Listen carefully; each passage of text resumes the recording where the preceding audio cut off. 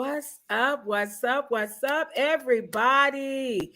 Come on in the room, y'all. We have an amazing guest tonight, so I am allowing you guys to get in the room.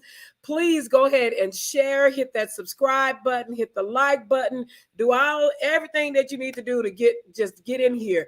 We have an amazing guest tonight, one of our finalists, and I just can't wait to get her in the room and on the stage. For those of you that don't know, my name is Jeanette Greenwood.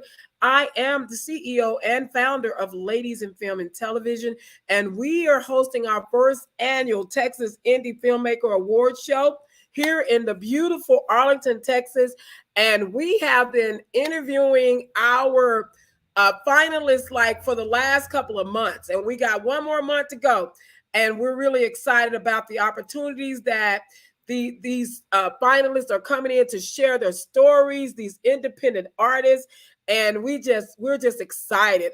When it comes to art, film, and then independent people that are out here just like telling the truth about this industry, about what we're doing to get in. No fantasy stuff, y'all. No make-believe stuff. No, I spent $10,000 on this. No, I spent $5 on this, and all my friends showed up and I bought pizza. Okay, that's what really happened.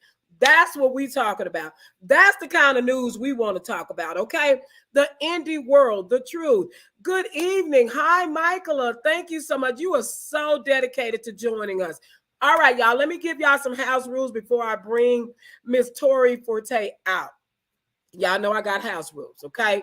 Right now, she's behind stage. She's sharing this with everybody. She's telling them they better get on. Y'all better come talk to me. Y'all better come look at me. Do us a favor. For those of you that don't even know her, help her out. Go ahead and share this live. Invite people to come on and just to enjoy tonight and give us some, man, I can't talk too much because I don't want to tell y'all some of the secrets that I just learned about her, okay? So y'all want to get on here and find out this information about this finalist. Hello, Miss Annie. Thank you so much. Miss Annie just got through looking at the actual, the series, one of the episode. And Miss Annie would probably be able to come in and tell y'all what she thought about Miss Tori. But y'all, we are excited. We can't see y'all, so we ask y'all, we can't hear you. Clap, clap, clap by using your hearts, okay? Give her as many hearts as you can give her, and share. Annie and Michael, share in our indie pages, share everywhere you can share. I'm giving you permission. If anybody say something, tell them I told y'all to do it. So share this link everywhere, okay? But y'all, without further ado, I have to introduce this young lady who is going to grace the stage tonight. She is a native Dallas, and she is no stranger to performing arts. She actually spent her life in a multitude of platforms, and basically in love with many mediums, as she say. Now, her primary focus, and this reminds me so much of myself, her primary focus was primarily choir. That was my primary focus, but I love theater, but my main thing in performing arts was always choir. But I got in theater and I tried to do performing, musical theater. So to hear her say that, I'm like, okay, we understand each other, right? So she went through a divorce and had to start a whole new chapter in her life. We sisters again. I don't know if she remarried. We'll find that out in a minute because she is pretty, y'all. I'm remarried, but I did go through that divorce as well. So we have so many in common. She actually got her first paid gig with the Bishop Art Theater under the direction of Vicki Nance, and she played the role Mary in the Black Nativity. So we're going to get a chance to talk about all of this with her. So without further ado, I am bringing to Ladies in Film Stage Live TV tonight, Miss Tori Forte. Y'all give up the hearts. Hey. Hi, how are you? Miss Jeanette, I'm so good. Thank you so much for having me. How are you?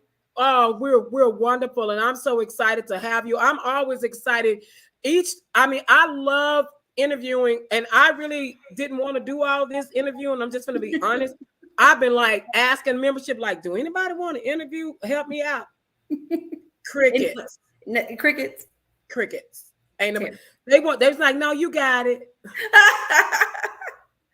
Okay. But I'm so excited to have you tonight to share. We got so much to talk about it. And trust me, before you know it, I'm gonna be saying, okay, Tori, be quiet. It's time to go. Okay. So we want everybody. I just told a smidget about you. Tell us, who is Tori Forte in your words? So first and foremost, I'm a mother. I have two beautiful daughters, Reagan, who is 13, Cameron is 8. And, they are such little creatives themselves, both very passionate about their art. So, I enjoy being able to kind of share that. Secondly, I'm a daughter. I have amazing parents who have always supported me and loved me and have really kind of been the backbone of this second chapter of my life as I, kind of take on being independent while also being a mother and going back to school and working full time. So my parents have been everything for me. And then secondly, I'm a creative. I am just passionate about telling stories and making sure that there are different perspectives that are not always shared. I want to bring that. I feel like the same story continues to get told, and we just put different names behind them, or we put them in different we'll put them in different settings, but it's the same story. And so I'm ready to shake some stuff up. And then of course not last, but I'm a child of the King, so I always give everything that I do back to God. Amen. I love it. Yes, ma'am. Yes, ma'am. Well, again, we are so excited to have you. And it's just amazing because we are ladies in film and television. And I no offense to the men, because we do have men that are members. Shout out to our VP, Freddie Watkins. But it's just amazing to see women that are walking into their purpose, that are out here making films, that are writing. I mean, not just acting, you act as well, but you're writing, you're producing, you're acting. I mean, you just have so many layers. So what possessed you to go back to school, and what are you going to school for? So I am a communication and digital media major at UNT Dallas. I have one more semester left, so I walk in the fall. Congratulations. Oh, what a good. So what possessed me to go back to school was I had always, wanted to go to school, to go to college. I kind of gave up that opportunity whenever I started my life with my ex-husband, and I dedicated, my life to raising my family and being who I need to be for my family. And so coming into this next chapter in my life, I was like, I know I want to do something with my life. I know I want to go back to school. I kind of started trying to go back to school, but at the time I feel like I was just kind of reaching. I've always liked to also help people. So I was a biology major initially. Yes. So I switched from biology to communications. It's quite the switch. But after it was COVID. I was stuck at home, and I started having the opportunity to kind of get to know me. I call it my COVID-cation. Okay. It's a COVID-cation. For us all. Yes, for us all. And so I had an opportunity to just sit with myself and have time to write and create content. So I started a show called Tequila Tuesdays. And every Tuesday I would come out with a different type of tequila. I'd make up a cocktail, and I'd serve like the latest tea. You know what I'm saying? Whatever was going on. And then I also kind of started trying to get into TikTok. Don't get me wrong, like I love TikTok. It's cute, all the dances and all of that. Like it's all cute, but that's just not that's not my cup of tea. You couldn't So, get it. I did a little bit of the TikTok, and then I started realizing that I missed acting. And so that's when I started, reaching back and trying to get on film. Now, initially, I did. You mentioned the Black Nativity that I did with Vicki Nance, who is a phenomenal icon in Dallas theater. Yes. So I got to work under her, and after that, that's when I was just like, this is great. Stage is nice. It was familiar. But I was ready to get on screen, and it was just difficult breaking that seal in Dallas as a curvy woman who is short, who's short. Okay. It's short. So it was just tough booking gigs that I was comfortable with taking as a mother. And so I had to kind of just start writing and creating my own content. Yes. And so with that came finding my DP, Mr. Ira Coleman. So I was trying to, getting headshots and things like that and just kind of networking. And that's how I met my DP. And what started out as a photo shoot has turned into a 3-year long friendship. He is so talented.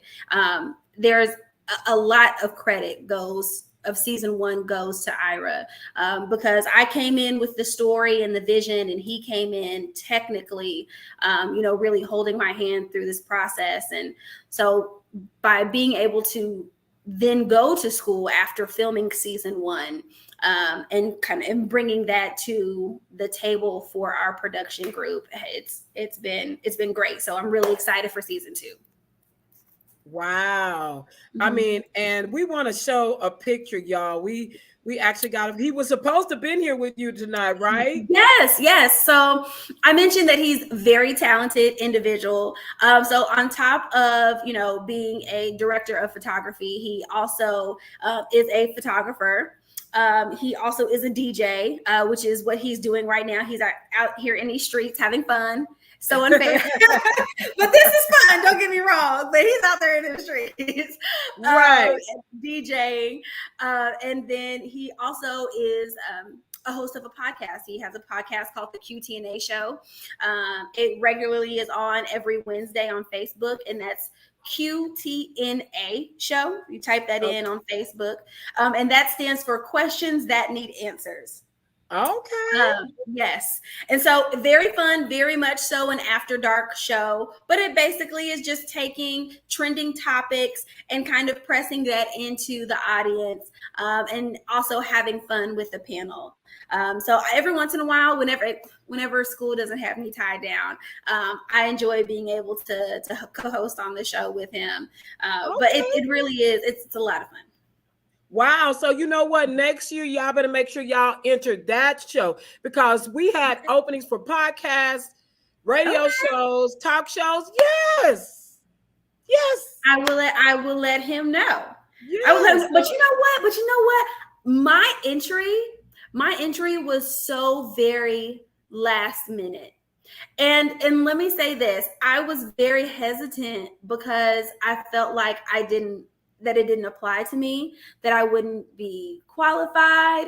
And it's just so crazy to be kind of where I am now. And I'm glad that I did not allow that mindset to keep me from entering. Wow. So we're going to, you know what? We're going to stop right there, because, you just said something. I got questions for you. And you said you felt that you shouldn't have entered. And I told you backstage before the show started, because you mentioned something like that that these judges were Hollywood judges. These were people of influence, people with that is there, and your project made it through almost 60. It was like 60 entries. Wow. So yes, wow, and that's something that you definitely should be proud of. So you said that. Elaborate just a little bit more on why do you say that? Because I mean, is this how many projects have you had outside of this? Whew, okay, so while I am still in pre-production for season 2, which is that's why. So that is why I have felt that's why I initially felt that I shouldn't have entered, is because I hadn't been able to move forward with my project.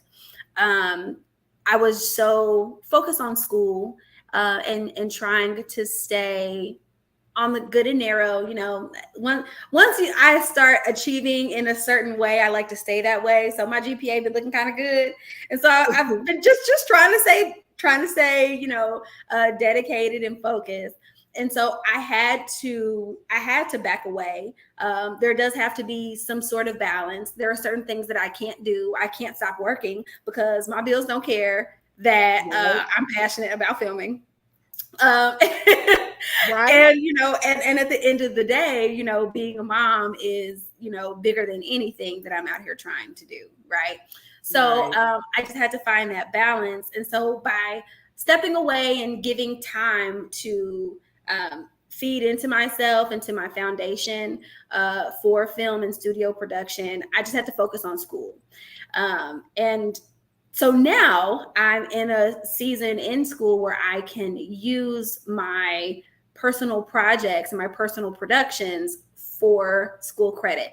So that's what I'm in the process of doing now. So we are actively in production for season 2, and I'm so excited. I've put out some flyers for extras. So if anybody wants to, pop up on screen, or if anyone is interested in learning, well, I don't want to say learning, come with a little bit. If you're coming for crew work, come with a little bit. But extras, you do not need any type of experience to be an extra. You just need to not look at the camera. That's it. All right. Well, you know what? Definitely send that over to me if you tag me or tag me on Instagram, wherever you have it posted. So we definitely want to support you and share that out there for you. And I'm just really excited that you didn't allow those thoughts to keep you from entering in, because we can. And even with me, I judge myself all the time. And sometimes I get people sending me stuff all the time. They got this writers competition. And even with me, and I've been writing, I'll be like, I don't know. My stuff probably ain't good enough. You know what I'm saying? But I'm always coaching everybody else. But here I am sitting like, what you sure, And so, but I'm glad that you didn't listen to that side and say, you know what? I'm gonna do it anyway. I'm gonna enter, and look where it has landed you. Yes. Wow. Yes. So what was it like? Were you watching the night when we did the live, or did you catch it on replay when we were telling who made it? So I caught it on replay. I was unfortunately traveling for work, and so the time zone just didn't work out. So I had to catch it on the replay. But it was very, very exciting to see Lorelei come across the screen. More so also because, I am familiar with some of the other films that I'm going against. And so to be at a level where I am nominated along with people who have been in the game for a minute, it feels good. But I also was able to see places where I'd like to grow. But again, this was before I went to school.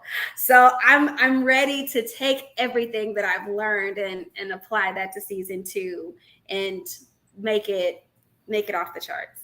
Wow. And and that you said something else, a key word, growth. Mm-hmm. I look back at some of the stuff that I did, and I'm like, what the heck was that? Put that out there. I know people were talking, but how are we going to ever learn if we don't put it out there? And, it's okay to get, for people to not like what you do. There's nothing wrong with that. Everybody's not going to like what everybody do. Everybody's not going to like the work from everyone. So that's totally fine.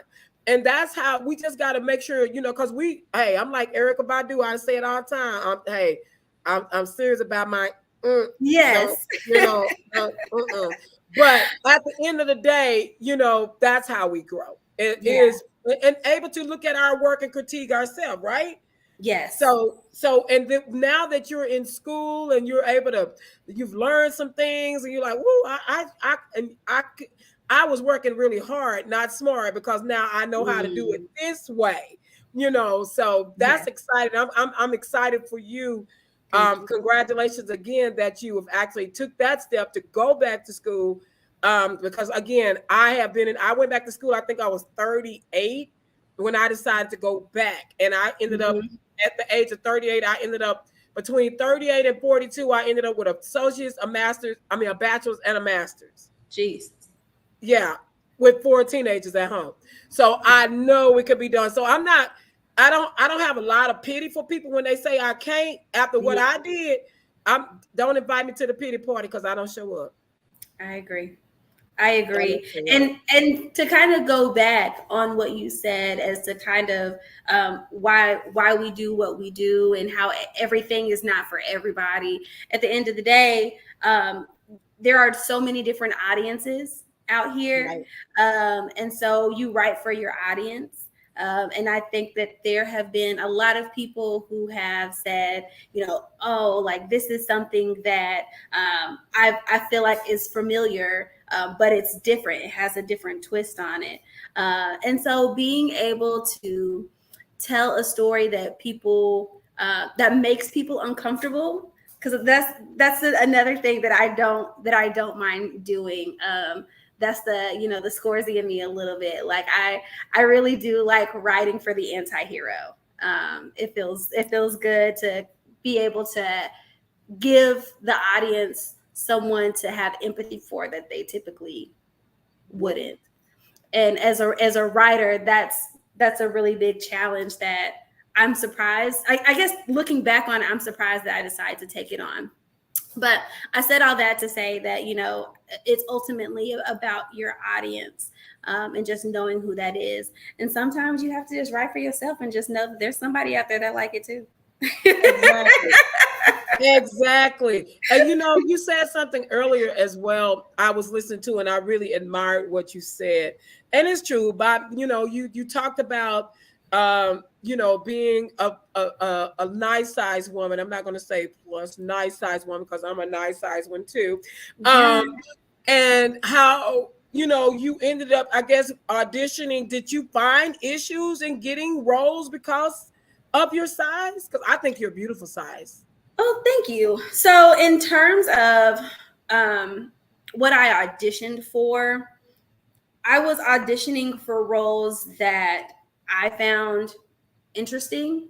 There were definitely opportunities offered to me, but they were roles that I was tired of seeing, and I didn't want to be in that. I wanted something different, and I wasn't afraid to say no. It's okay to say no to certain opportunities. It definitely is. And so I couldn't find anything that I felt comfortable taking. Oh, thank you. Thank you, Lucretia.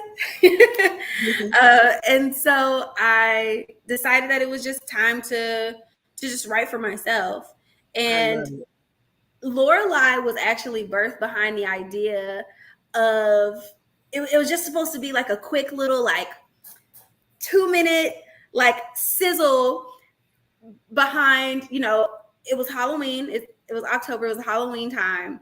And Ira had just gotten one of the one of the first of the couple of black magic cameras that we use. Okay.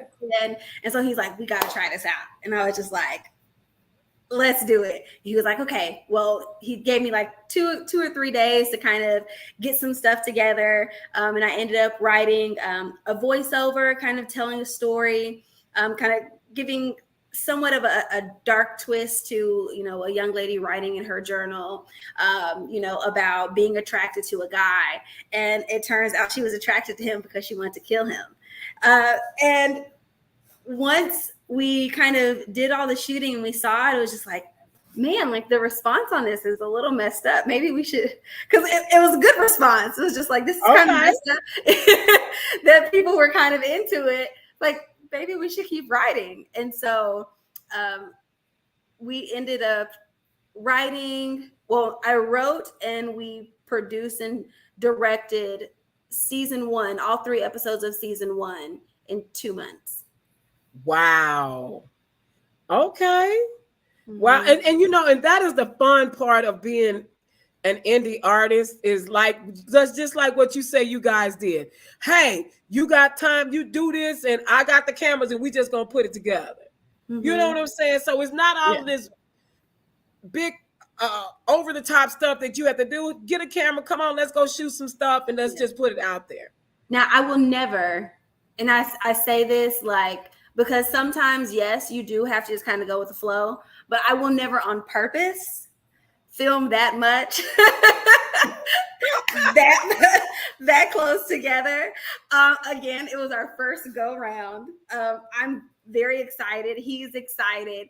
And so like, we were just like, when we were done, we were just so exhausted, but it was good to have accomplished it, you know, but it was just like, oh no, we can't do that again.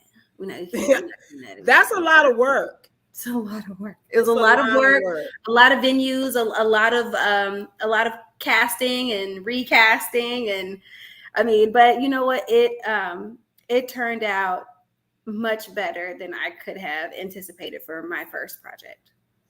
So what is your goal? What is your goal within the next 5 years for you and Lorelei, or whatever other projects that you have? What is your goal? So I would like for Lorelei to actually wrap in season 3.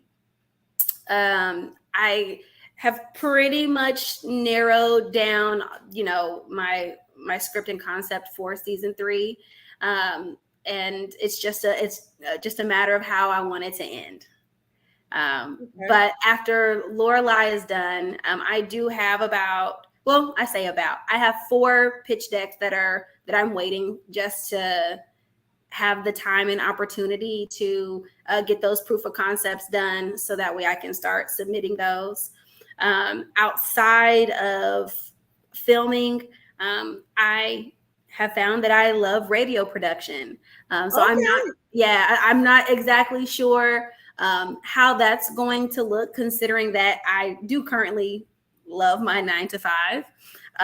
You know, I have an opportunity of working for an amazing organization that gives me access to using my degree as well. Okay, good. And I can be, you know, placed in one of several different umbrella spaces that are there. So it's the possibilities are endless. But my dream is I would like to have a studio. I want to have a studio that I can use for photo shoots and for set designs and for studio production in terms of editing. And then, you know, hey, if there's, you know, a little off patio situation, you know, have some event space.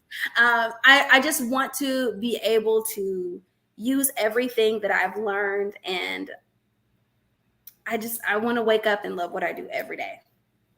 Wow. Well, I can definitely see you are going in the right direction, and I can definitely see that the drive that you had, that you're going to definitely get there. Well, let's talk about Lorelei. I got to say it right. So it's Lorelei.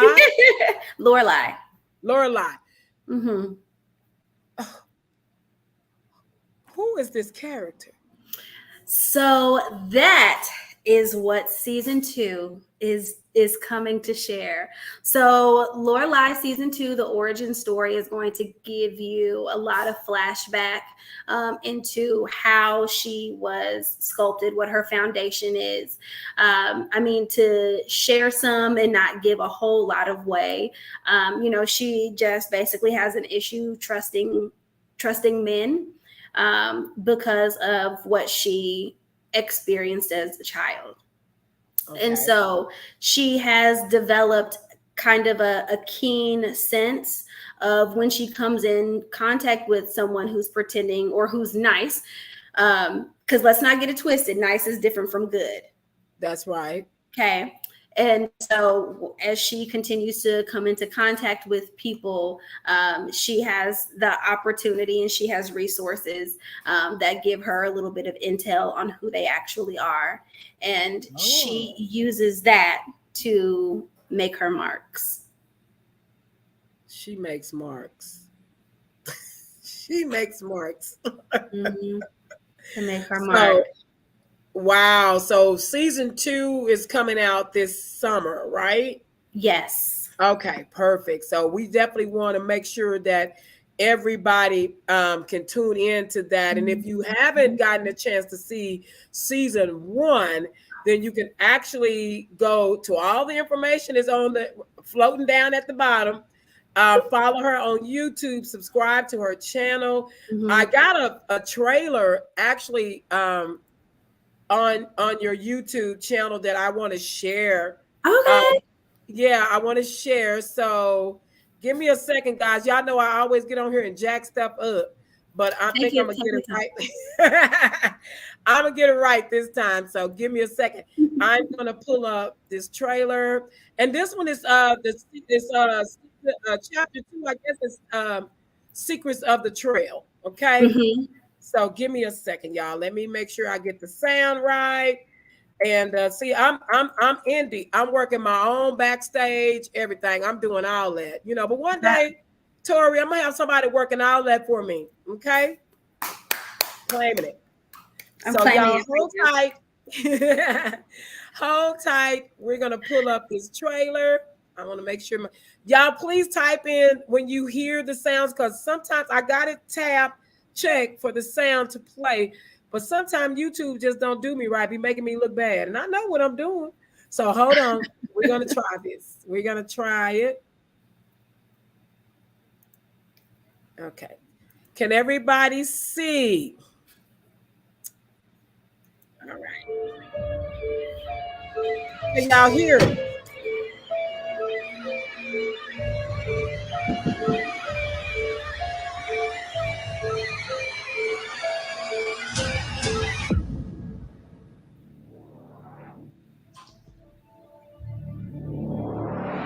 Get out. I'm a fan. Yes.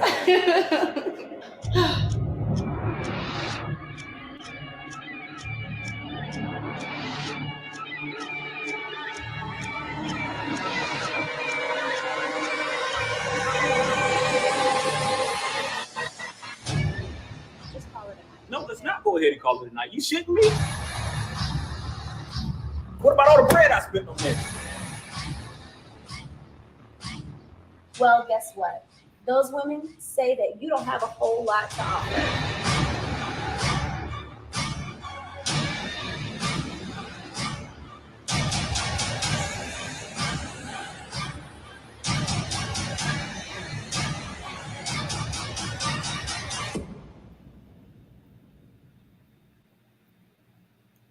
Yes. All right. Y'all got a chance to see that live and live in color. Oh my goodness. Let me tell you, I got a chance to, man, y'all make sure y'all go subscribe and catch up on these episodes and share them out there. And sharing is caring. And this is the way that we, you know, we get out there. It's just if everybody would just start sharing each other's stuff, you know, and support one another. And let me tell you, I am definitely going to catch up on the series because I didn't know until today that all of that was out there. I didn't know, because you know, some people when they're entering their films, they don't have everything published because of whatever they got going on with the film festivals and stuff like that. So I just learned today that I can watch more than what I've watched. So I am going to definitely go catch up. I'm definitely going to be sharing the stuff out here and get everybody to start watching, because I want to be caught up before season 2. That you do. And if you go ahead and you subscribe now, as we start to drop little tidbits and little sizzles for season 2, you'll get those notifications. Okay, y'all heard that. Subscribe and get the notification. And you can go to YouTube, and that's her information right there whenever you go to YouTube. Okay. Yes. All Super right. easy enough though. When you go to YouTube, if you just type in Tori Forte, it's gonna pull it right up for you. Oh, okay. And that name is so different, so y'all shouldn't have a problem finding that. Wow. Okay. Let me ask you this. Now, I see that you got several sets that you were shooting on. So, what was it like on set shooting those those scenes? Well, I like to hear about the bloopers too. yeah. So what I can share is knowing the difference now that I have some more experience on set. Initially, everything was so exciting because, again, this is like our first time, and there's also the pressure of not only being the writer and assisting with directing and making sure everybody's fed and everyone okay. So my phone is going off while people are showing up, and also at the same time I'm trying to get into character. So honestly, wow. Being on set was not always fun.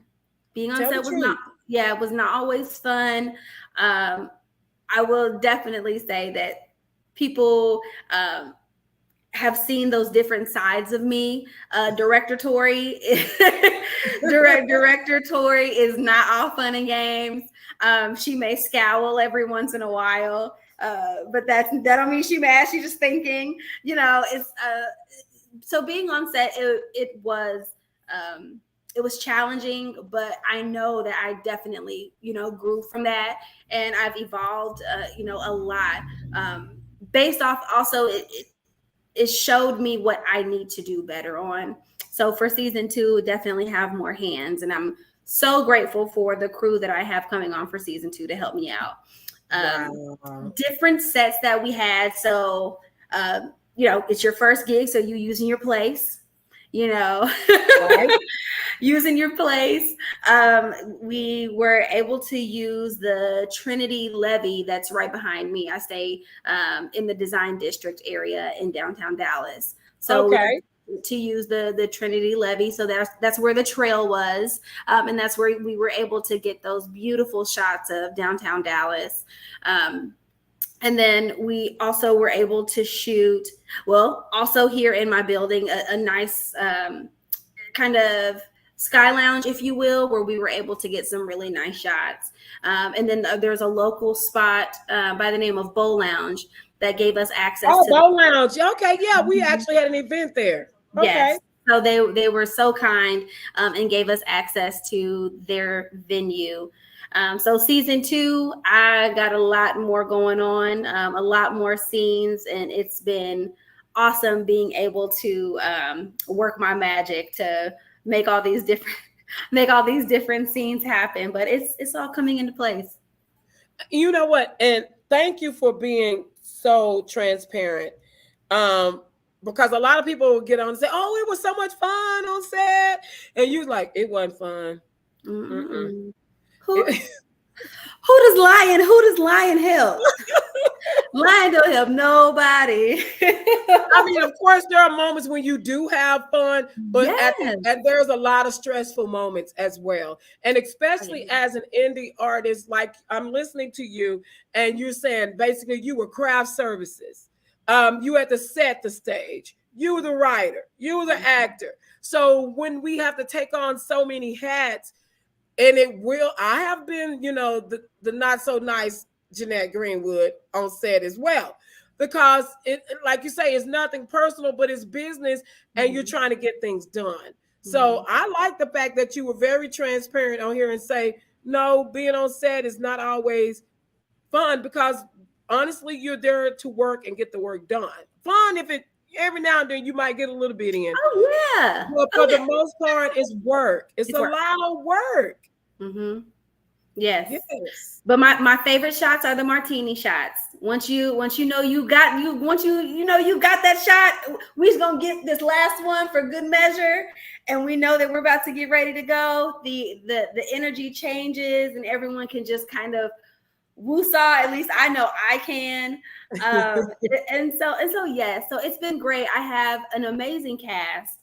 They've been so patient and just so willing to just do whatever. So that helps a lot.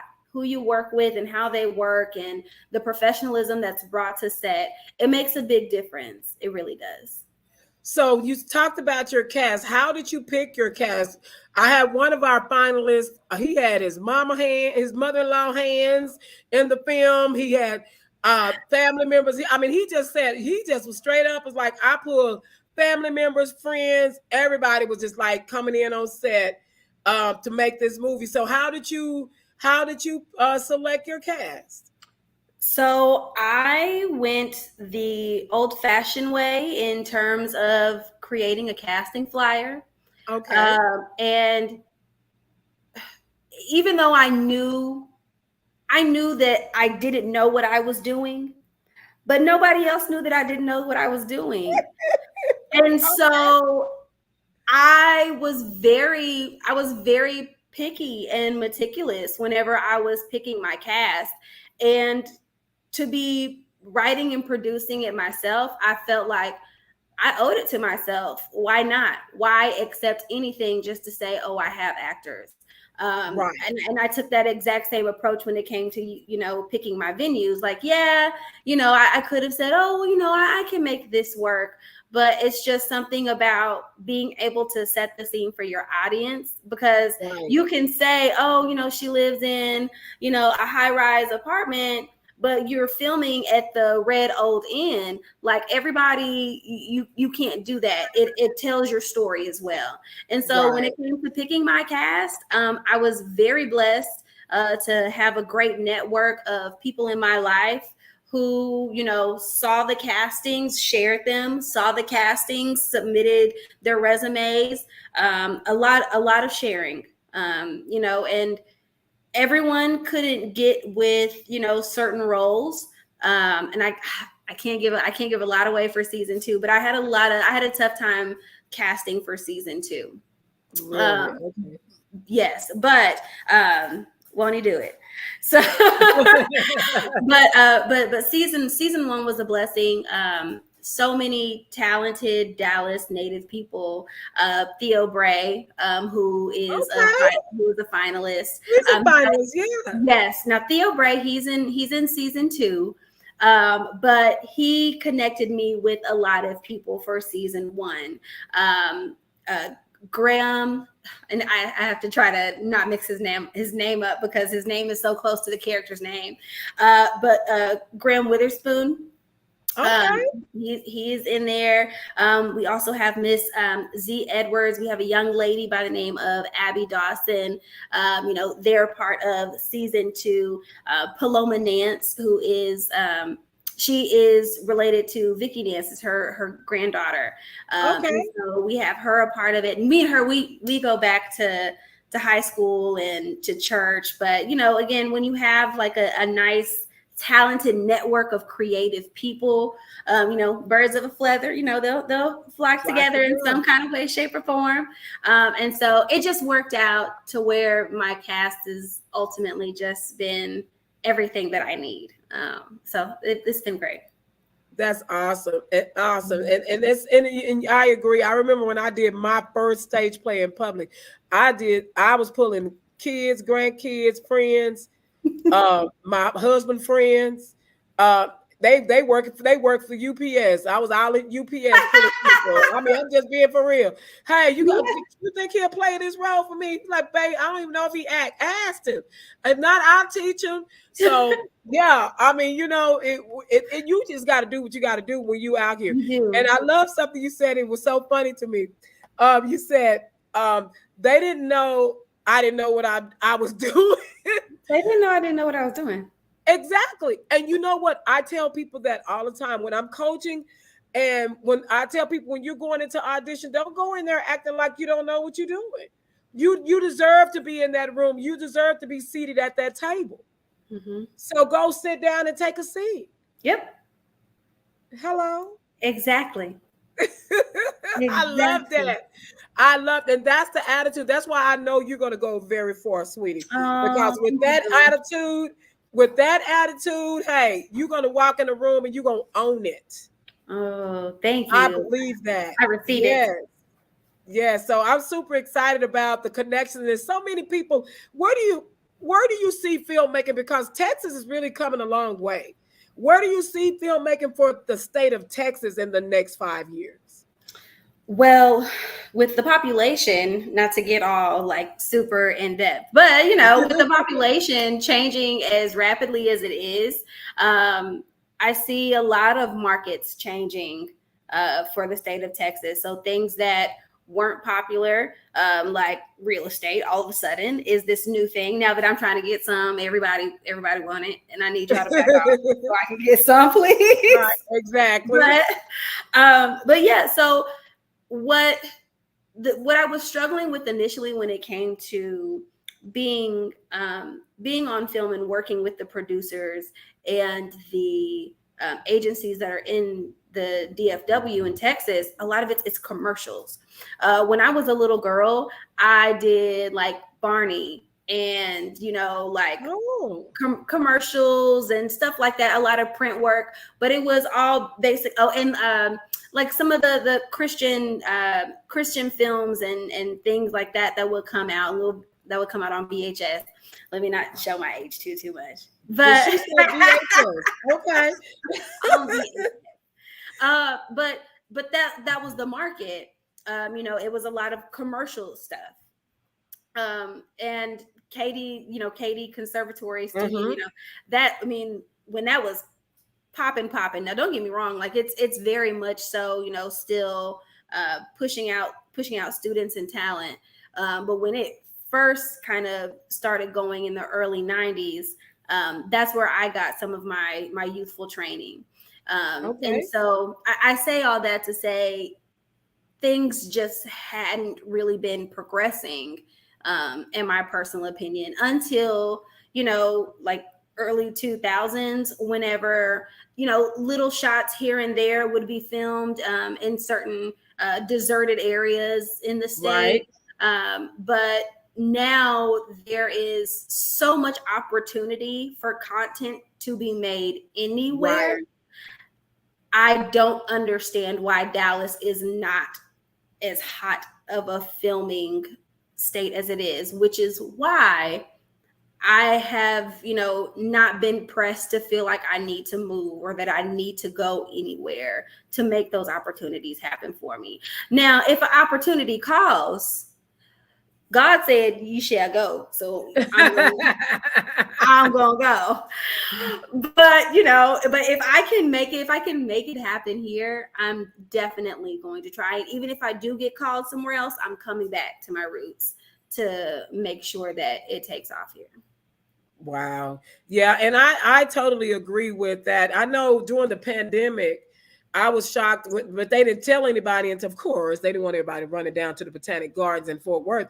But when Kendrick Lamar came and shot his video here in Fort Worth, I was like, what? Kendrick Lamar was here and shot a whole video. And that really shocked me that I'm not really, well, yeah, I was shocked because I'm talking about Fort Worth. We're not talking about Dallas. And so that would have been expected in Dallas, but it's a lot of places that they're now sneaking in and sneaking out in Texas to film and to shoot. And of course, Texas is huge, so we can create all type of sets. If you want something like a desert, we got the desert. If you need it to look like Mars, we can make it look like Mars. You need the rainforest? We got that somewhere too.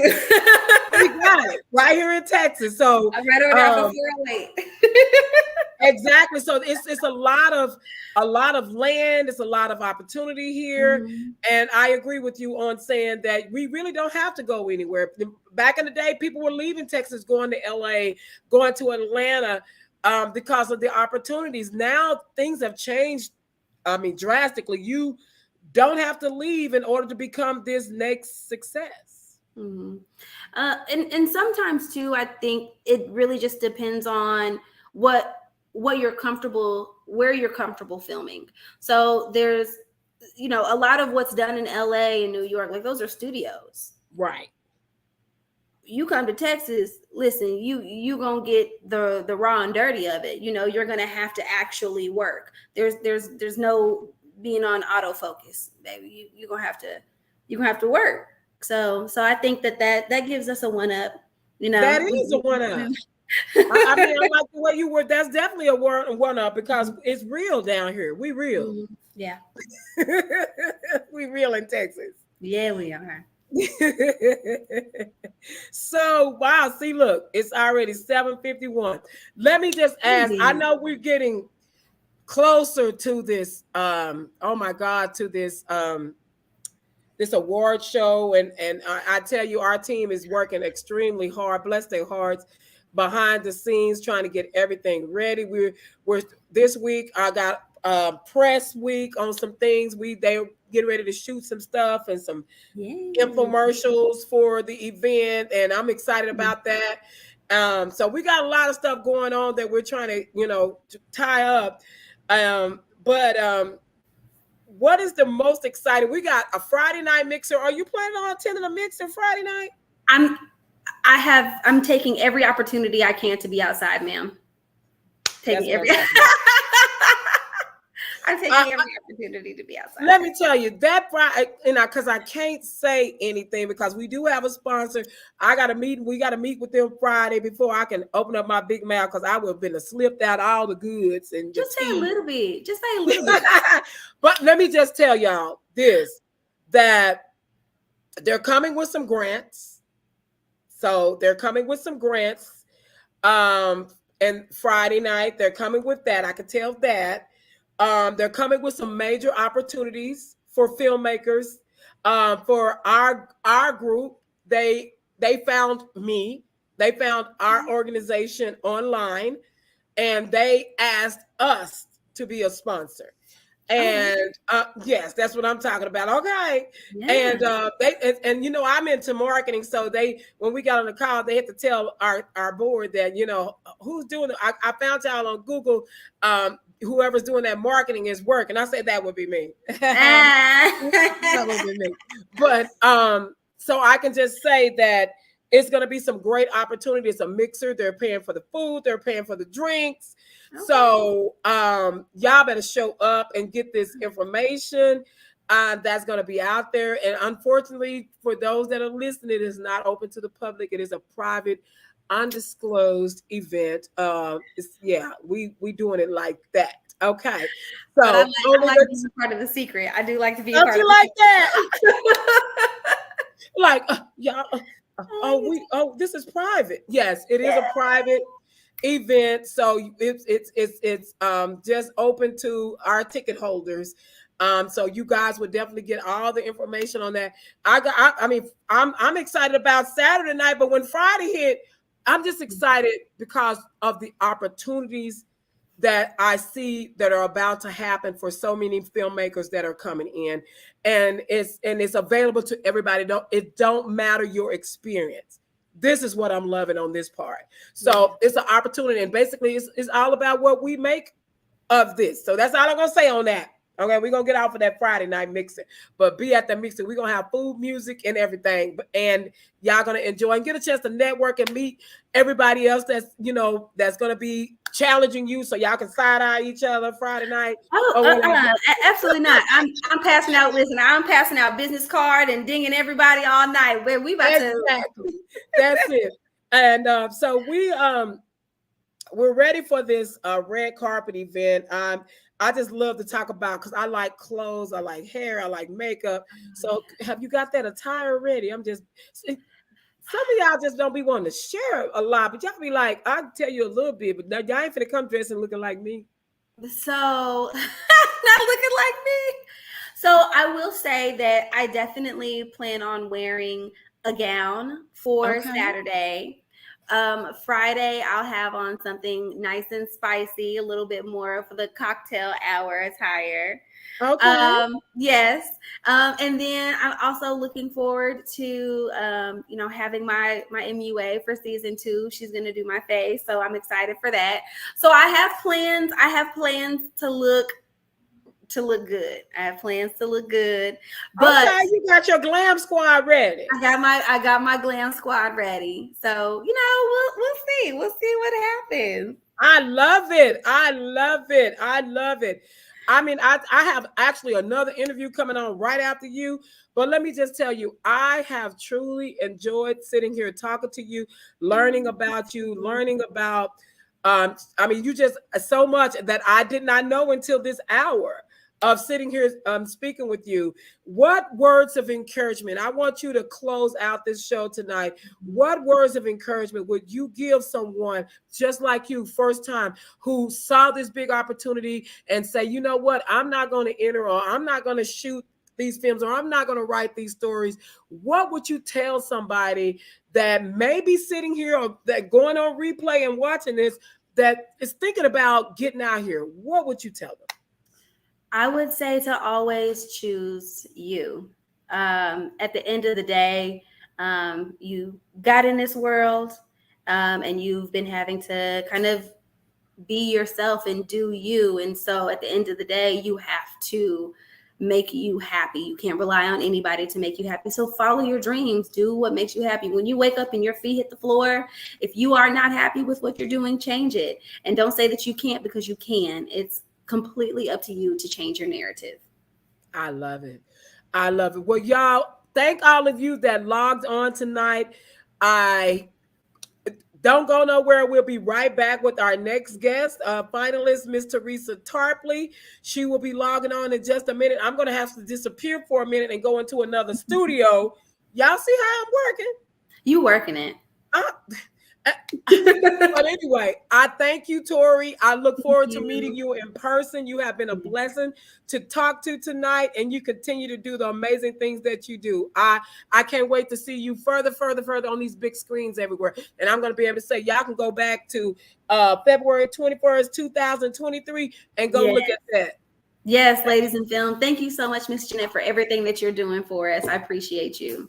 You're welcome. And thank you for supporting Ladies in Film and Television. We appreciate you. Y'all have a good night, and we're out of here. Good night, everybody. Thank y'all for joining. And don't go nowhere. I'll be right back.